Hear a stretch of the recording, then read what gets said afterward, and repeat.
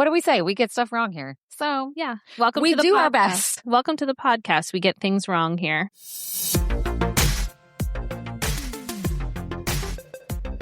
Hello, everyone. Welcome back to Generation in Between, a Xennial podcast where we remember, revisit, relearn, and sometimes reread things from our childhoods in the 80s and be 90s teens. Hi, I'm Katie. That was an interesting twist. I was like, how do I say the things? Because I've already gotten off track. But by the way, this is Katie. And this is Danny. Hey. And you've found us. Sorry, guys. It's Tech Week for us. It's Tech Week. We don't know. We're so tired. And by we, I mean me for sure. But Same, yes, girl. so we are on our last episode of Xennial Girl Summer 2026 Summer's edition. coming to a complete. It is. And so today we are going to be discussing the last book in Xennial Girl Summer, and that is the original Anne of Green Gables novel. And Danny has thoughts. I knew going in that it was going to be a thing. Before we start, though, we do have some corrections. Yeah. Shock. We got some stuff wrong, we think. Maybe. So when we were talking about Space Camp on our last episode, Tate Donovan, I said, was the voice of Hercules, which is true, but he did not sing the part. Interestingly enough, Hercules had 3 different voices. There was a voice actor when he was a teen. Then there was a singer, and then there was Tate Donovan, who is Hercules as an adult. Okay. So my bad. So let me tell y'all who it was, because I had to look it up. Sarah was the one who corrected us. Now, I don't know what y'all need to understand. It is the 2 of us that do research, and usually just one of us does research for an episode. There's only so much we can find, and we do fact check ourselves. There's somebody on the internet came for us one day, and they were like, no, that's incorrect, whatever. And I was like, oh yeah, we must have missed that. Sorry. And she's like, well, you're a podcast. Sorry doesn't do it. And I'm like, okay, well, we do make mistakes. Like, we're a 2-person team, and like, if we make mistakes, we will say, hey, we made a mistake. Yeah, so thank you for the course. tip. Like, relax. Okay. So the singer of that was Roger Bart. Okay, Roger Bart. And then Josh Keaton was teen Hercules. Okay, so 3 voices for Hercules. Yeah. And then we had another YouTube comment about Sweet Valley High. Maybe. Okay, so for Sweet Valley High, if you guys listened to that episode, I did mention how Francine Pascal didn't write all the books. And she wrote the first 7, and then she had this whole team of ghostwriters, and they all wrote under a pseudonym and that whole thing, Kate Williams or something like that.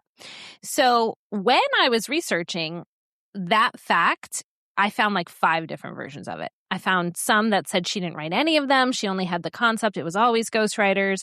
I found other ones that said, oh, she wrote the first one. No, the only one she ever wrote was that 2011 one that everyone hated.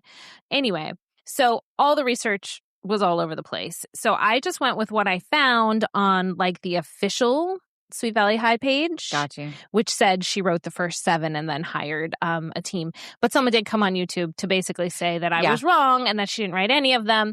And to be honest, unless I talk to her or her team directly, I don't know that I will ever find the answer to that. But just know she did not write all 180 books of that series. Right.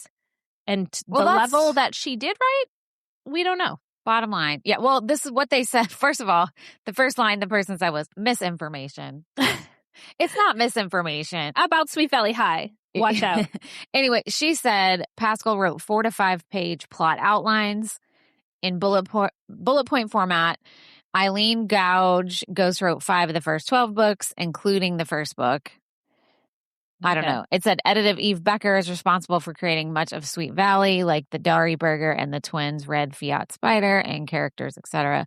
The only Sweet Valley book Pascal actually wrote was Sweet Valley Confidential, which was that 2011 one. But I don't know. I'd be interested to know where she got that, and maybe I'll ask her. Like, not in a mean way. Like, I really would like to know, like, where you found that. Yeah. Because you went to the, I didn't but who knows? see that. And also, like, the official page also might not be telling the truth, because it doesn't look great to say she wrote none of them. So I don't know. True. Who knows? Who knows? But just know, everyone, none of us think that Francine Pascal wrote them all. Yeah. And also, like, know that we're human beings and we make mistakes. Absolutely. Obviously. What do we say? We get stuff wrong here. So, yeah. Welcome we to the do podcast. our best. Welcome to the podcast. We get things wrong here. Yeah. But anyway, we do our best. I think that was most of the corrections for now. For now. For now. Wait till. Oh, but I know Sarah's listening, and I almost texted you, Sarah, and said, "Hey, send me all the Anne of Green Gables stuff you want me to mention." And then I thought, no, that's putting too much on her. She's gonna say a lot. She's gonna send us a lot, so I didn't. So hopefully I covered a lot of the things because I know this one's near and dear to your heart, and you can tell me all the things I missed, and we will follow up on our next episode with it. So here we go. Anne of Green Gables. Y'all, she's got like a book of papers sitting here on this table. We're gonna try to get through it, and I may skip over a few things if we figure they're not relevant. We'll see. So Anne of Green Gables is a 1908 novel written by the Canadian author Lucy Maud Montgomery. So she published under L.M. Montgomery, which, you know, woman writing at the turn of the century, that was pretty common. Right. It is an all-ages book, but it is considered a classic children's novel. It is set in the late 19th century, and it recounts the adventures of 11-year-old orphan girl Anne Shirley, sent by mistake to two middle-aged siblings, which I thought was a weird plot It's super point. weird. It's kind of weird. Matthew and Marilla Cuthbert, who had originally intended to adopt a boy to help them on their farm. Also weird. Like, we are adopting a kid for child labor. I know. It's weird. I mean, again, that's the time. It was a thing, still. but yeah. And it's set in the fictional town of Avonlea in Prince Edward Island, Canada. The novel recounts how Anne makes her way through life with the Cuthberts in school and within the town, basically. Okay. And there's more books later, which we'll talk about. So it was first published June 13th, 1908 by a Boston publisher, L.C. Page and Company. And since then, over 50 million copies have been sold worldwide, and it's been translated into 36 languages. Crazy. So you loved this book as a kid. I did. I think I loved like the TV miniseries more than the book. Like, I remember watching those. Okay. And then that got me to read the book. Did you read all of them? Because no, like I don't series? think so. Did you reread it? I reread it. Yeah. I reread it. Read this as a kid, but I do not remember like enjoying it. Maybe I did, but man, it is boring. But I will say this time through, I was a little bored with it. Were you? Okay, yeah. That was what I was going to ask, because I'm like, did it still hold up? Like when I reread from the Mixed Up Files, I still enjoyed it as much as I did as a little kid. If I read this as a kid, I may have liked it, but man, I was like, this book never be ending. Yeah, it kind of goes on, which is pretty common for novels of the time. But yeah, it was a little too long, and obviously things that stood out to me now as an adult too. Like we've already mentioned, like the siblings adopting someone, and then they want to, like the idea that you can just send a child back because they're not the right gender. I know. I mean, obviously, again, written long time ago and written before to cover the time before it came out. Again, doesn't make it right. But, you know, things that sort of like made me like, ooh. But listen, we've said this before. Just because when people say, oh, it was a different time. Yes, but that doesn't make it okay. Right. So, like, I think we get trapped in that when we talk about things from a long time ago. Like, I mean, like, I always go back to this, like slavery. Okay. Oh, it's of the time. Great. But does that make it okay? Right. To treat other human beings like cattle? No. Right. Like, that doesn't make it okay. Or the child labor stuff. Or like, that's what, like child labor. Does that make it okay to, that's why I don't like Annie. The whole plot of Annie, I don't like. This rich man wants to adopt a little girl. Like, it's weird. It is weird to begin with. Y'all should not like that musical. You should not. And it's not like I'm ever going to do it at my studio. Maybe. Are you doing it? I don't know. I Girl, might at some point. Don't do it. Don't do it. So I like it only because it's got a lot of parts for little girls. But everything has parts for girls. I mean, not everything, unfortunately. Not as many. Well, kid shows, I mean. Depends. If you do one about animals, yes. If you do like The Jungle Book or Madagascar, then you can honestly, and I'm not saying like, oh, I only want to cast girls. It's just I have way more girls to cast. Yeah, so I'm always looking for the shows where there's a lot of opportunities. Girls, yeah. But anyway, we're not talking about Annie today. Anne of Green Gables. Anne of Green Gables. It has been adapted as films, television film, animated, and live action television series. Musicals and plays have been created. We're going to talk about that a little. With one that has a production annually in Canada, and there's actually international productions of the musical in Europe and Japan. This series, and Anne of Green Gables specifically, it has a huge Japanese following. Really? Yes. Interesting. We'll get into like some of that, but it's like a mandatory thing that's read in Japanese schools. It's like a whole thing, like buying the fake red braids and wearing them and like all sorts of stuff. It's like a huge deal over there. So there are 8 main books in the classic Anne of Green Gables series, and it follows from this series on. There's Anne of Green Gables, 1908, Anne of Avonlea, 1909, Anne of the Islands, 1950, Anne's House of Dreams. I don't think I ever read that one. That sounds like a brothel. I know, it kind of does. Rainbow Valley, followed up by Rainbow Valley, 1919. Rilla of Ingleside, 1921. Anne of Windy Poplars, 1936. Anne of Ingleside, 1936. So she downwrote those a long time. Mm-hmm. Yeah, 1908 to 1936. Yeah, they came out a bunch. And then there's also companion books, The Chronicles of Avonlea, that came out in 1812. It's a short story collection. 1812. Mm-hmm. I'm sorry. Yeah, before she was even born, it came out. It's crazy. Okay. And Anne is like a cameo in those. It's really about the other characters. Like the side characters. Basically, yeah. Further Chronicles of Avonlea, that was 1920. And then The Blythes Are Quoted, which is a final related book that features poetry and short stories involving Anne and her family. It's a lot of Anne. That's a lot of Anne. And then in 1908, an authorized prequel, Before Green Gables, by, listen to this author's name, Budge Wilson. Budge Was published on the occasion of the 100th anniversary of the series. Dang. So that's pretty cute. When Anne of Green Gables first came out, the New York Times review, the critic hated it. They thought it was bad. It was an unnamed critic, which I think is interesting. It was me, guys. I'm past life. Past life. Just like that story was written a century before. You also wrote this before you were born. It called Anne Shirley a little asylum waif. Okay, well, that was not me. You're like, I take it back. I take it back. It wasn't me. It implied that Ellen Montgomery hadn't laid any character development. However, guess who was a huge Anne of Green Gables fan? You're never going to guess, so I'm just going to tell you. Just tell me. Mark Twain. Well, look at you. Yes. Mark Twain praised Anne of Green Gables by calling the main character, Anne Shirley, the dearest and most loving and delightful child since the immortal Alice from Lewis Carroll's Alice in Wonderland. But do we love Alice even? No. Right. No. I know. There's a whole thing about Alice that we could go into. Maybe we will one day. I obviously never met Mark Twain. But my guess is I think Mark Twain really liked characters that were different, right? Like that's what he was really good at writing about. And I'm guessing, at least at the time when this came out too, Anne was outspoken and different and like kind of just doing her own thing in the world. And I'm guessing he liked the nuance of that, if I had to guess. Mark Twain, you can correct me. Look at you, character analysis of Mark Twain. Yeah, exactly. When we're talking about Anne of Green Gables, it's fine. Oh, guys, did you notice we're wearing our green shirts? Yes. Danny's favorite. My least favorite. With the green background. I know, we forgot to flip it. It's okay. It's appropriate for today. It is. It goes. Okay.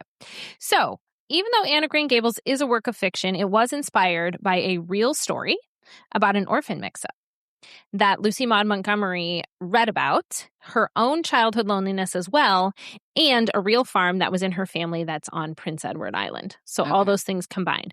So the newspaper article she read was a couple who applied to adopt an orphan boy, but they sent a girl instead. But rather than sending her back, the couple decided to keep her. Wow, good for them. And a similar real-life incident happened to Montgomery's cousin-in-law and her neighbors, the McNeils. And they had something like that happen too, where like a mix-up with adopting. Yeah, I don't know. Montgomery lost her mother as a toddler, so she was orphaned, and her father went off to live somewhere else and marry someone else. Yeah. So she was raised by her strict maternal grandparents in Cavendish, Prince Edward, and she coped with isolation by using imagination and creating imaginary friends. Do you have imaginary friends? No. I sure did. Did you? Oh my gosh. Did they have names? I don't remember. I totally did. I totally had. That was funny. You looked at me like, of course I didn't. No. Sorry. I was just thinking like I didn't, but I would definitely like play like games or pretend that like my stuffies and dolls and stuff for my friends. Okay, well, I think that's similar. In the same universe. Yeah. If I was like by myself, I'd make up a whole Katie world. was born an adult. She said, now sit there and eat your vegetables. I'm just kidding. Time to clear the table. Go make your bed. That was what we played. The look you gave me was so funny. It's like when we talk about cartoons, but now imaginary friends. Like you were like, no. How dare you? Who told you that? Give me their name. But that's okay. No, that like everybody's imagination works differently. That's really true. Fine. So, I definitely had a big imagination. I'll tell you that. I talked to myself. She's like, don't you worry. I talk to myself a lot. You still do that. I still do that. I mean, I do too. So yeah. It helps me stay on track with myself. Troy can't stand it because he'll always be like, am I supposed to be listening and responding right now? Because he can't tell sometimes. Yeah. Like, you know. And then I get frustrated when my husband's like, are you talking to me? I'm like, yes. Oh, right. But he's like, well, I never know. Yeah. You know, I'm like, valid. Because sometimes I'll just be like, okay, I'm going to grab this. Yeah. I'm going to do that. I think females, the dogs, and then I'm going to. Every female I know does this. I think so. Most. We're very verbal. Yeah. In general. But yes. All right. So Montgomery was inspired. There was a type of storytelling at the time that was popular called formula stories because they followed this kind of strict formula of how things happened. And she liked those. And they often featured orphans. And often the girls were named Anne. Why? I don't know. But they were named Anne, A-N-N. So she decided to distinguish her character not by using a different name. Anne with an E. But by doing Anne with an E. I don't know. It was a thing. And then she based other characters in the novel, such as Gilbert Blythe, in part on people she knew. But she did say, and I thought this sounded so lovely, she wrote the novel in the twilight of the day while sitting at her window overlooking the fields of Cavendish. Well, that's very picturesque. That's very beautiful. And that's what I think of when I think of these novels and when I think of the like movie and TV depictions of it, just that like idyllic nature kind of feel. And I think what they got really good, at least on the visual representations of this novel, is that sort of like freedom of childhood and nostalgia and that sort of thing. And I remember even as a kid really liking that. I don't think it's badly written. I just think it's boring. That's all. Well, yeah. I mean, it's super old too. So I know. And I'm not huge into, and also like Anne talks a lot and unnecessarily, which is something for me to say because I also talk a lot unnecessarily. I mean, me too. But like, I mean, we have a podcast where all we do is talk unnecessarily. Correct. But anyway, it was written well. I mean, it was very descriptive. It was, and the narration was good. We both listened to the one that Rachel McAdams read on Audible, and she did a great job. Oh, yeah. I meant to tell you, I looked that up just to see, why she was picked or how she felt about it. But essentially, they did approach her because she's Canadian. Oh, yeah. And she, they approached her to read it, to narrate the book. And she has said it's one of the things she's most proud of in her whole career. Aww. Because she grew up with these books and cute. She was just like really excited that they asked her to do it. Aww. And she did a great job. Love it. I think she did a great job. She was a good narrator. All right, so let's talk a little more about Lucy Maud Montgomery, who was born November 30th, 1874. Holy balls. And she lived till April 24th, 1942. She published 20 novels and more than 1,000 short stories and poems, and she was also a prolific essayist. Okay. She wrote a lot of essays. When she was 21 months old, her mother died of tuberculosis. Her father left her in the care of her mother's parents and moved to Western Canada, where he eventually settled in Prince Albert, Saskatchewan, and remarried. But she stayed with her grandparents. Here, take my child. And bye. Patriarchy. Yes. So then Lucy was an only child living with an elderly couple. She found companionship in nature, books, writing. She started writing poetry when she was 9 and keeping a journal. And then she also spent time with her Uncle John and Aunt Annie, which was her mother's sister. They all kind of like lived near each other. So they were sort of parent figures to her too. At the age of 6, she began attending a one-room schoolhouse near her grandparents' home. She completed early education there.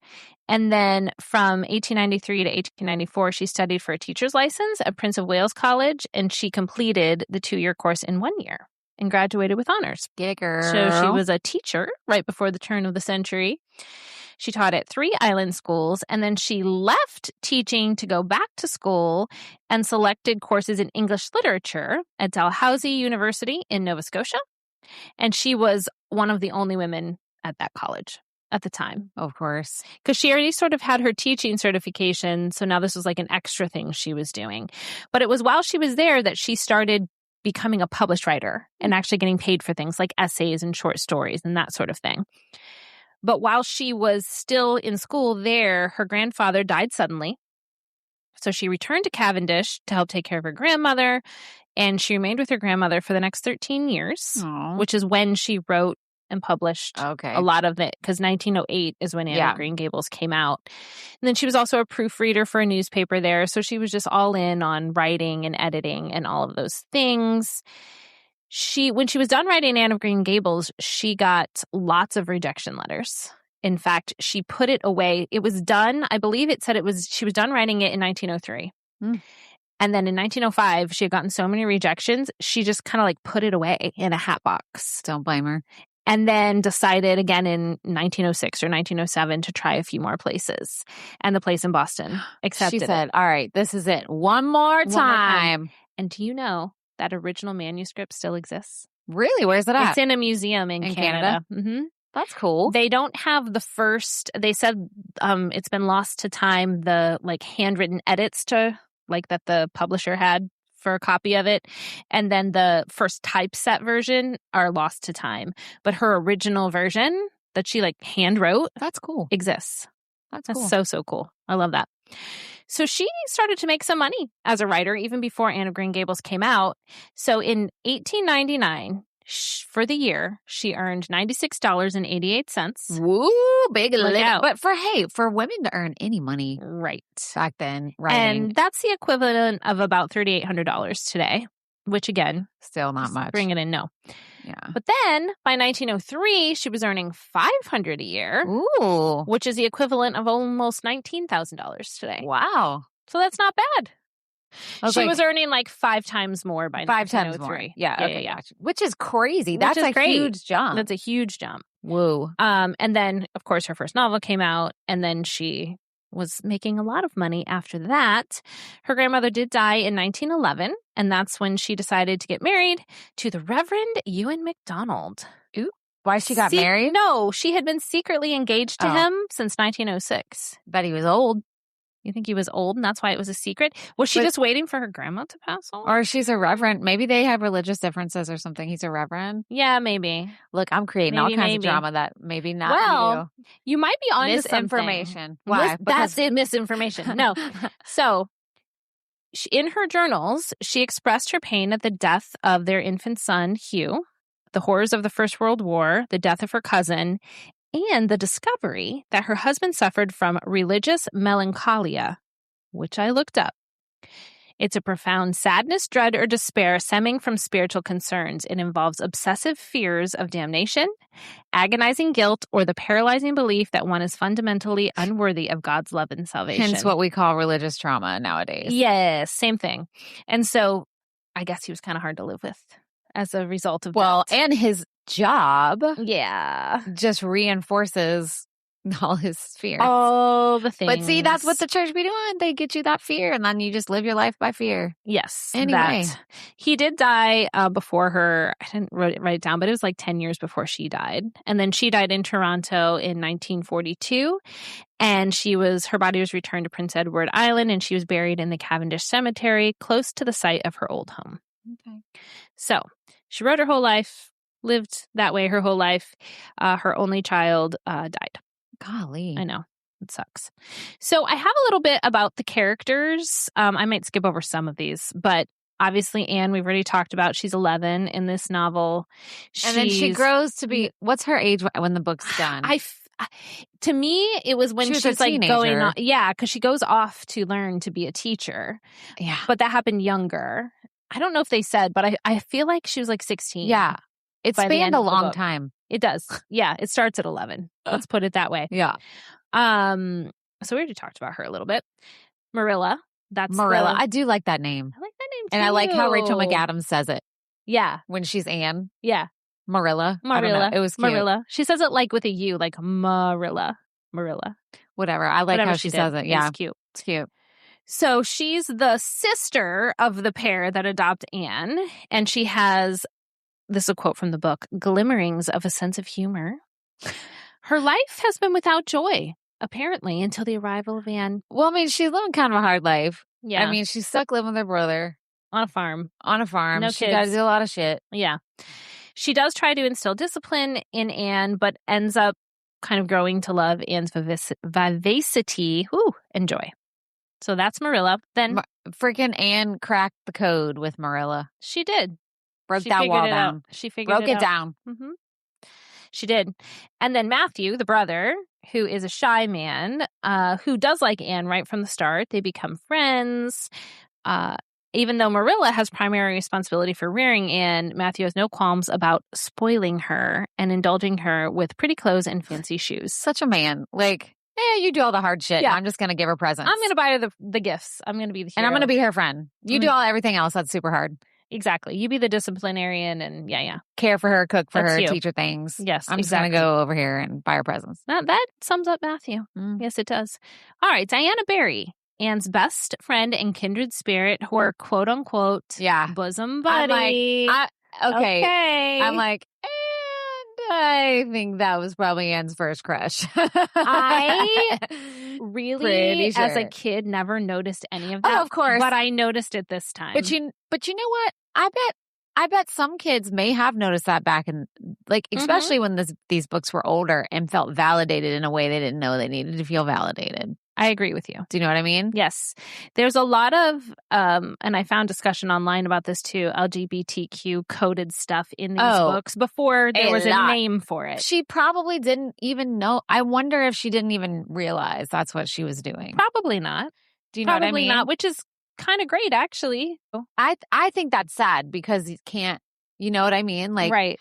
You're writing this and not understand. Listen, I'm also creating my own narrative here in my brain. Right. That would be sad. Just like, because we do know of people, like when we were talking about Lost Boys, how there's some stuff in there, which I did find out in the musical, they do acknowledge. Good. There was like coded like that the director put in there on purpose. Sure. Maybe she did. The adaptation Anne with an E that's on Netflix is more explicit with that, makes LGBTQ choices. Because that's the one that was done in modern day. Right. So because this book is so old, it is in the public domain now. Oh, okay. There's still certain rules surrounding it through her estate. So it's not like Shakespeare where you can just like take it and do whatever you want with it. But that's why places like Netflix and all that have been able to sort of do their own adaptations, because adaptations of it are completely in the public domain at this point. Idea. Anyway, I don't know. Stay tuned. I need more to do. Okay, so Diana Barry, she's the bosom buddy. There we go. Gilbert Blythe, handsome, ? Gilbert, smart, witty classmate. He's 2 years older than Anne, and he has a crush on her. Unaware of Anne's sensitivity about her red hair, he tries to get her attention by holding her braid and calling her carrots in the classroom. She breaks the slate over his head. Understandably. I mean, girl, I don't blame you. He does try to apologize. She's mad about it anyway, but by the end of the book, they become good friends. ? In later books, they're married. Yeah. What? Yeah. Yep. In later books, there are a couple. In fact, some of the criticism about the later books that I found when I was researching is that Anne is so full of life and so her own person, all these adventures and crazy things. The older books are like her as like a housewife, and all she does is like think about him. But that happens. I know. It's real to the time. That happens. And happens now too. But they were kind of like, these books aren't really about anything. It's just if you love Anne and you kind of want to follow her life, but maybe that's what happened to Anne. Yeah, maybe. I mean, it happens to lots of ladies. Maybe. And men too. I mean, if the roles are reversed. To people, yes. Ruby Gillis is another of Anne's friends, and she has several grown-up sisters, and she loves to share her knowledge. I don't remember this person. She must have been in the later books. I was like, because I don't remember reading about her this time either. So actually, a lot of these might be like you throwing in people later. Like, what about the nosy neighbor, the bitchy neighbor? She was funny. Rachel, the one who starts the book, Miss Rachel. She's a busybody. But I know. she's charitable. And I love a busybody. I do too. You gotta, and they're great in stories. I know. They're love so a bit. good. Like Mrs. Cratchit. Well, I had a neighbor. This is so funny. Who's not? She was lovely. She was not but she called herself Mrs. Cratchit because I lived on a cul-de-sac, and it was like we were all Air Force, and we all had small kids, and they were not Air Force, but she her and her husband, actually, her husband is a music dean at kids. So she said she used to be Mrs. Cratchit, always looking out her window, spying on all. I mean, of course, she would come hang out with us, and she was a great person. But it was funny. She used to call herself Mrs. Cratchit. That's hilarious. She always knew what was going on in that cul-de-sac. You gotta have one, though. Hey, you gotta have one. We also, did I ever tell you that I think we had a Russian spy living on that cul-de-sac? No. We'll pin that for another day. Remind me. Okay. I'm not even kidding. All right. I'm not even kidding. If we have time at the end, you can tell us today. Yeah. But if not, you can tell us. Stay tuned. So that's her. And then Mr. Teddy Phillips is Anne's first teacher. Oh, yeah. Unpopular with students, and he keeps misspelling her name on purpose without the E. Yeah. And then she doesn't want to go to school because of him. I mean, teacher bully. Yeah. Yeah. He was just using his power to be mean. I had a teacher bully. And then he openly courts some of the older pupils. I don't think that's in this book. I think that's later ones. I don't remember that. Yeah, Prissy Andrews is one. Yeah, where he's like, that. yeah. Cool. Oh, and then we've got Diana's parents. Wow, you got a lot of people. I know. I'm just going to skip some of these. But we just talked about Minnie Mayberry, who's Diana's baby sister, whose life is saved by Anne when she becomes yeah. Group. That's Look what I thought. I know how to say a word. As soon as I started to say it, I was like, I don't know if I've ever said this word out loud. Did your kids ever have that? Yours? No, but they had everything else, I feel like. Yeah. Oh, yeah, mine too. Ugh. They never just officially Well, it's because they have vaccines now. That's true. We vaccinate our kids, so. There you go. No croup, but just everything else. All right. So I already talked about the TV miniseries. Yes. There's been how many? There's only been one, but then there have been other movies and stuff like movies. that. Okay. Yeah. So, but isn't there one on Netflix now? Right. So that's an adaptation. But isn't that a miniseries? It is. Yeah. There's the original one, and then there's the most recent one. Correct. Got it. And then there's other, I think there's a TV movie or two in there, stuff like that. So the TV miniseries aired on CBC, that's the Canadian Broadcasting Company, PBS, and the Disney Channel in 1985. And then in 87, producer and director Kevin Sullivan reunited much of the cast for the second film, released in Canada, Anne of Green Gables. It was a miniseries, so I don't know why it's saying film. But anyway, it was a sequel to the miniseries, and those covered further books. I remember watching that. Mm-hmm. My sister loved Little House on the Prairie. Yeah. And I'm pretty sure we had this on VHS. Yeah, probably. It was really popular. Yeah. And then and then in the 100th anniversary publication, there was a film, Anne of Green Gables, A New Beginning, that was a prequel and a sequel to the original series, and that was released in 2009. Okay. And then we got the Netflix one that was, I want to say 2023, but I have that later in my notes. So there's a lot. There's a lot, surrounding this. But when you think about how old it is, that kind of makes sense. Yeah. Because over time. Well, it's Little Women. How many? Yeah, that's been. Totally. Geez. There's a musical of that one now, too. Yep. So the Green Gables farmhouse is based on a real place located in Cavendish, Prince Edward Island. And there are tourist attractions there that people can go look at that the fictional Anne was based on. It's so crazy. Last week, a friend of mine whose kids have done stuff at our studio before, just on her Instagram randomly, they had pictures from Anne's house in Green Gables. You're like, hey, I'm reading that right now. I did. I told her, I was like, oh, we're just about to do it. How was it? And she read the books as a kid, so she was just so in heaven. And of course, the pictures were cute. Gorgeous. Yeah. Because it was a breeze was blowing and the sun was out and there were wildflowers and then the homes are very quaint looking. So it was just really funny. I was like, oh my gosh. That's so ironic. That right now. Yeah. So Balsam Hollow, which is the forest that inspired the Haunted Woods in Campbell Pond, is there. That's an actual forest in that area. And then there is an Anne of Green Gables museum that's located in Park Corner, Prince Edward Island, in the home that inspired her. Cute. Yeah. So there are real places kind of based on it. Cute. And then there's actually, so this is so fun. There's a replica of the Green Gables house in Cavendish. So the replica is not in Cavendish. A replica of that house is located in the theme park Canadian World in Japan. What? Yeah. A theme park in Japan called Canada World isn't. Yeah, I know. I just think that's so cool. Uh-oh. All right. So we're in Canadian World in Japan. This is great. It is a less expensive alternative, obviously, for Japanese tourists who are Anne of Green Gables fans. I love this. It's a huge thing over there. Well, because it's like Americana, so I get it. It's like... Yeah, and it hosts performances featuring actresses playing Anne and Diana. It is open during the summer season.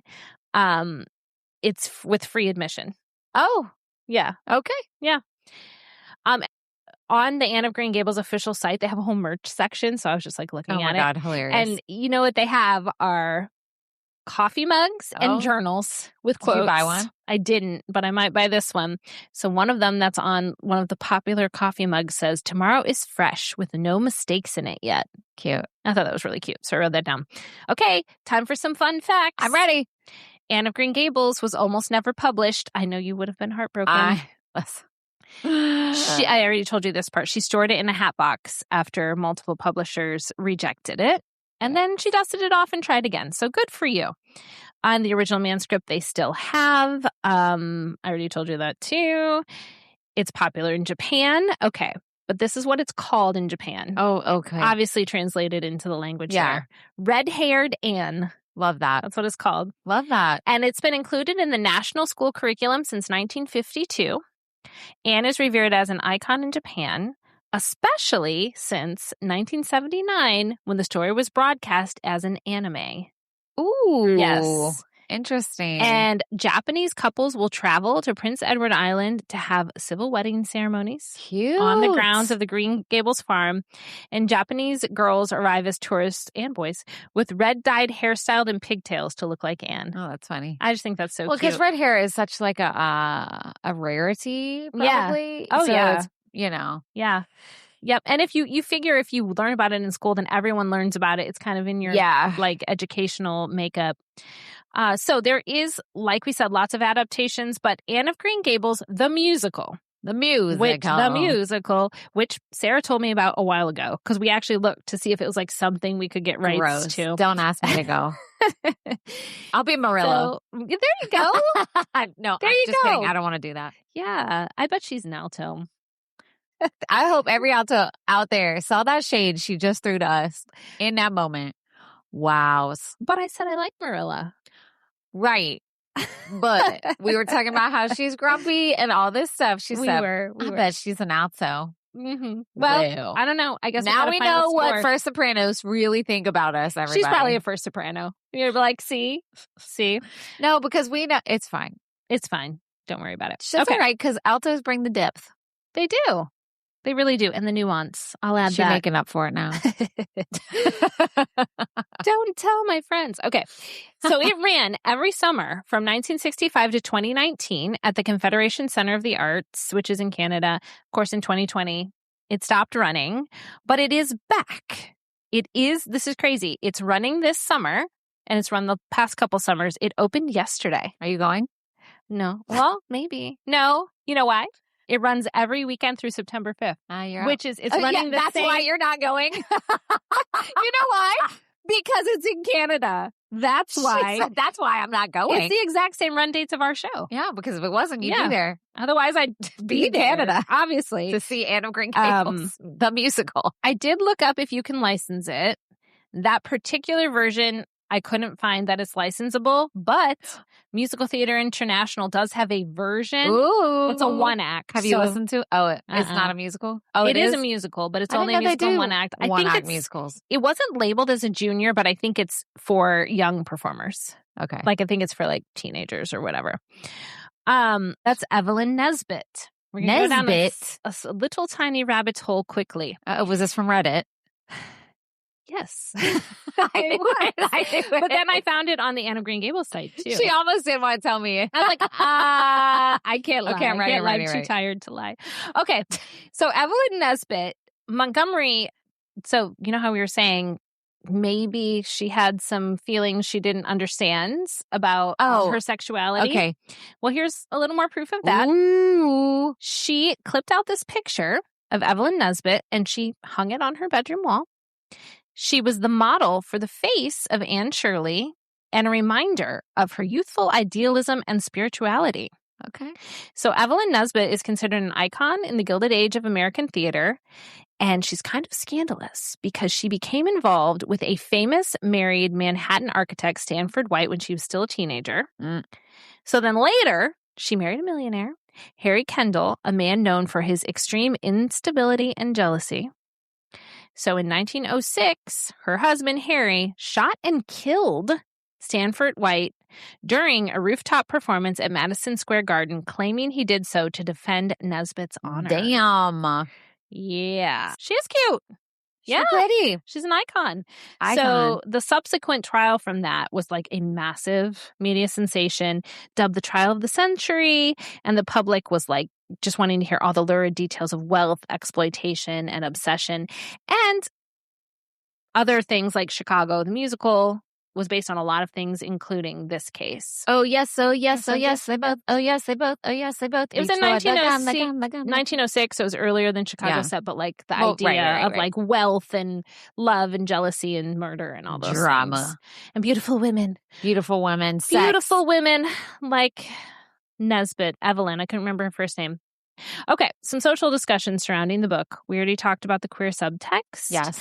Modern readers and literary critics noticed the intense, passionate emotional bonds between Anne and her female friends, particularly Diana. Which, I mean, on the flip side of things, that is, let's be real. Women do form deep friendships and relationships, not of a sexual nature as well, especially when you're that young. Agree. And especially because Anne hasn't had strong relationships at all with anyone. Yes. And she's like so thirsty for just a good quality relationship. To be fair, like I can remember having friendships as a child that felt so important. Totally. You know, and like that were not of a crush nature or of a sexual nature, but they were just like so important. And like I had to hang out with them all the time and I loved them so much. And I saw my kids have friendships like that too. Sure. So I will say on the flip side of things, that is that is right. I totally a valid agree, thing. Especially because the author, Montgomery, did experience that herself. Right. She also went through that. So right. And probably whoever her first real friend was, she remembers feeling that, you know, just that we're human nature. We want people to love us and accept us and want to be with us. And that can be really intense, you know, when you're young. Well, and we are made for connection. Like we are made for community. Like we just are. Like from the dawn of time, like we need each other. And when you don't have each other, you do feel like something's off. So then when you have it, it's like, oh, yay. Like totally. It's like a puzzle piece clicks into place that hasn't been there yet. So anyway, I agree with that. And then obviously I told you in later novels, she goes on to marry Gilbert. But then also there's some talk about great Aunt Josephine Barry, who is grieving the loss of her lifelong female partner, Gertrude. When was this? This is in later books. Oh, okay. And they describe it as a Boston marriage. What is that? I looked it up. It's not queer specific. It's just like women Two widows lived together. It's like Golden Girls. Yeah. Basically. I'm here for that when I'm older, if that happens to me. Me too. If that happens to me, give me a Boston marriage. And as I mentioned, that Netflix adaptation, Anne with an E, does have more specific LGBTQ storylines. Also, when you look at Anne's personality, again, all the things you just described could be that, and we didn't have words for this back then, but some critics and modern readers view her as either being on the autism spectrum or having ADHD. Oh, ADHD for sure. Yeah, because, of all the things. She would like daydream and they'd be like, Anne, I told you to. And she's like, yeah, but then I did this and that and this and that. I'm like, girl, I feel that. Yeah, the like lack of focus and the easily distracted. She misses unspoken social rules. She misinterprets conventions. But she also wasn't part of that society till she was 11. Right. So she there's that. know. So there's that. And she has a lot of hyperfixation for different things, which again, we all get excited about different things. And also there's nothing wrong with having ADHD or being on the autism spectrum. But these could be interpreted whatever way you really want them to be. And then she's also extremely sensitive to her surroundings, and she becomes completely absorbed in her thoughts, which is a neurodivergent experience. Oh, yeah, for sure. Yeah. So anyway, and obviously like Lucy Montgomery wouldn't have had any way to label any of that other than this is just the personality of the character I'm describing. Well, and I mean, do we need the label? No. I mean, it doesn't. I think we always have to wonder, like, what will a label be beneficial for a certain reason? Like, if you're trying to have access to resources or you need, assistance medically or something like that, a label is helpful in those kind of diagnoses. Sure. But for Anne's story, it's not. It doesn't really matter. It doesn't matter. And look, if you are neurodivergent or identify with any of those things, you can still see yourself in her character without a label. Oh, of course. You can feel seen and you can feel like, oh, that's something I would have done, or I wish I could have said that, or I felt that way before, right? And the best books have characters who do that. And not always. And we know now, too, modern stories, right? It is important maybe to have a label on something for representation. Well, right. Yeah. Right? But to have to go back to something from that far ago, I think it's okay just to be like, I don't know, like if you see it that way, that's probably fine. And I see it this way and, feel seen or heard or whatever. Yeah. And it doesn't. I feel like people were trying to say like Anne was quote unquote wrong in how she thought, but then eventually they would come around to be okay with it. Right. So she definitely pushed the boundaries of like the people around her and stuff. And I think that's part of the reason the character of her has endured. Oh, yeah. Even though, like you said, maybe some of the writing's a little boring or outdated, not bad, just maybe not what we would want to read today. And some of it focused so much on like appearance, which I have that in mind. Like, it's like, God, this has been since the dawn of time. Women feel inadequate. We were just talking before we hit record about feeling inadequate. We sure were. Jesus. But I will say we both said, but we know like that's just our heads. And no, we recognize it, but it still is a thing. It still exists. Yeah. I mean, that's what I have now are just generally thoughts on the book. I didn't go like thing by thing, but I had like pros and cons. Let's hear them. So the pros, I said that she is her own person. She does have to conform in some ways, but she kind of stands out. And as a reader, you appreciate that. Yeah. For all the times you felt like that, like an outsider or someone trying to be included, but you don't know the rules of where you are. And so I think like as a kid for sure, and even now, I see myself in those things. And I appreciate that. And also just it's an idyllic world where she lives. Like even as a kid, I always wanted to go there. Still never been there. I would go. On your list. I would go see the musical next week. No, just kidding. Well, you made choices. I just think there's something to, even though it's a real life place, it feels inaccessible for most readers. So it's kind of fun to like read about it. And the descriptions of where she was and all that I just thought were really, really lovely. Okay. What did you like about the book? Well, it was well written and it was good. I mean, she's a good writer, and Anne was cute. She was funny. Like she had moments and I thought Marilla was funny with her dry humor. I mean, it was an endearing book. It just was too long. I feel like if it wasn't as long as it was, I may have liked it a little more. So. I threw in a con there, and also I didn't like the constant talk about appearance. Yeah. And like how people just kind of reinforced to her, like, it's fine to be plain. Right. Ooh, I heard that. I mean, she was likable. I didn't dislike Anne. Right. I mean, she was cute and like I said, I liked Rachel McAdams narrating. I think if I would have tried to read this in print, I don't know if I would have made it. Yeah. No, it's good. It's good that we had that option. I know. Honestly. So the cons, I did say like all the time they spend on how she talks about how she doesn't like she looks. Yeah. But she does like her nose. Okay. Don't forget. There's one good thing about her. What is that Sex in the City scene where they're all looking in the mirror and Sarah Jessica Parker or Carrie mentions her nose, and then Charlotte's like, "Oh, I'll see your nose and raise my chin," and they're all like pointing things out in the mirror. Except for Samantha. And she's like, "What?" And they all stop and stare at her, and she's like, "What? I love myself." Yeah, well, they do that in Mean Girls too. Yeah. So anyway, so she does like her nose, but anyway, I didn't like the idea that you could just like return a whole child if it wasn't what you expected. That.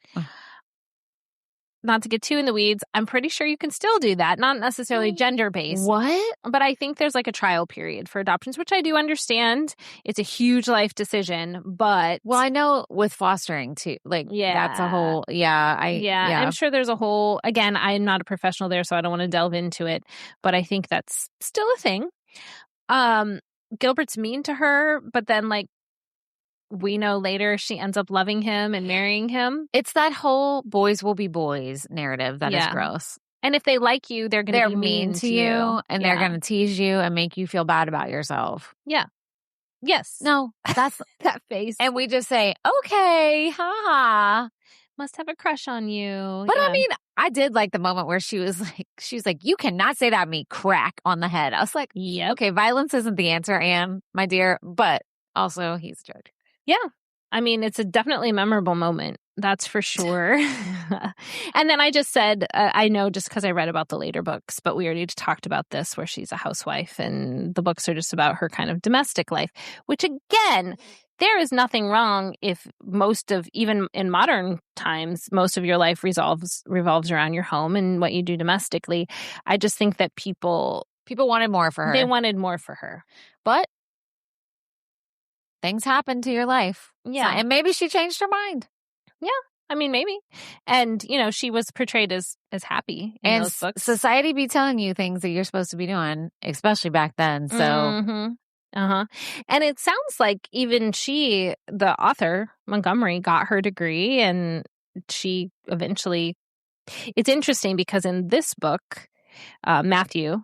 spoilers, dies. Yeah. And so that means that she has to come back. Right. Anne comes back, and she's supposed to teach at this school that's kind of far. So that's sort of like Gilbert's redemption arc because he has the job at the local school. Right. And he lets her have it so she can be closer to home, which is kind of nice. But it's interesting because then when I read about Montgomery's real life, that kind of happened to her. She was away, and then her grandfather died. She came back. Okay. And she remained there. But she obviously made the most of it and still got to kind of do what she wanted to do. And she seemed like a pretty nice person. What other thoughts on this book? Or are you just glad to have it done? Did you watch the miniseries, the newest one? No, okay. I didn't have time. I'd like to, though. Especially now that I've freshly read this and done some research. Yeah. I think it would be interesting to watch. No, I have nothing. Speaking of watching things, this is the last of our Xennial Girl Summer. And then we're starting my So-Called Life rewatch. We're going to watch the pilot episode and I'm going to do research for next week. Cool. And then we're going to watch 3 episodes every week. And that's what we're going to talk about. Because that'll take 6-ish weeks. 6 weeks because there's 19 episodes. Right. So that's what we're doing next. We are no longer doing 2 episodes a week, guys. It's too much. We cannot keep this train going.